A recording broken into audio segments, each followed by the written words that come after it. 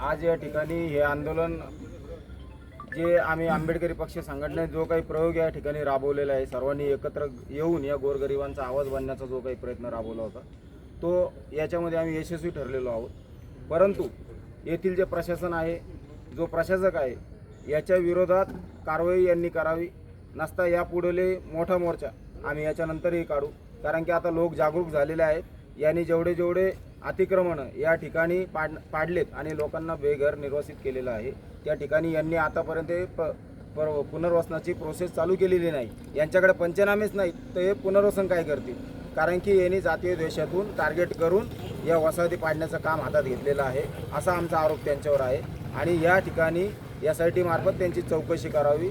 संतोष वावुळे आणि जी श्रीकांत यांची चौकशी करावी. जे काही गायरानाचा विषय आहे, जो काही 17 जुलैचा जो काही GR या जिल्हाधिकारी साहेबांनं गायराना अतिक्रमण संदर्भात काढलेला आहे, तोही तात्काळ रद्द करण्यात यावा अशी आमची मागणी आहे.